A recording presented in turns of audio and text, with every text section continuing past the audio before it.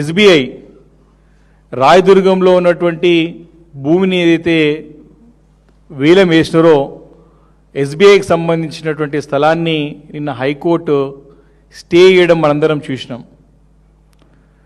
అసలు ప్రభుత్వం real estate దందా చేసుకుంటూ గడిచిన 30 నెలల్లో 12,000 కోట్ల రూపాయల విలువైన భూములని అమ్మినడు ఈ ముఖ్యమంత్రి, అసమర్థ ముఖ్యమంత్రి రేవంత్ రెడ్డి గారు.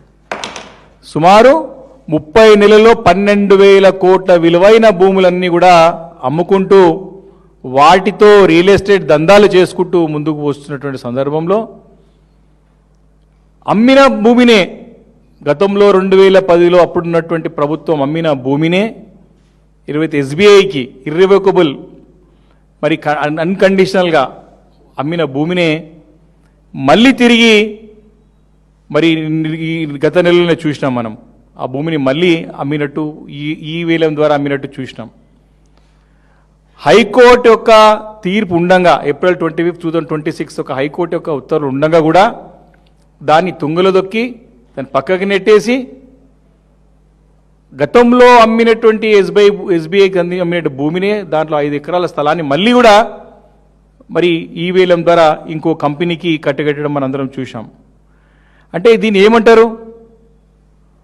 సరే, భూమి ప్రభుత్వం నుండి అమ్మిందంటే విశ్వాసంతో, ప్రభుత్వం నమ్మకంతో మాకు చక్కగా ఉంటుందని చెప్పి సుమారు 237 కోట్ల రూపాయలు ఎకరానికి చెల్లించి మరి ఆ భూమిని కొంటే ఈరోజు దేశవ్యాప్తంగా ప్రభుత్వం యొక్క అంటే క్రెడిబిలిటీ ఏ రకంగా మరి దిగజారిపోయిందో, ఏ రకంగా ఈరోజు విశ్వసనీయత ప్రభుత్వం కోల్పోతుందో ఒకసారి అర్థం చేసుకోవాలి.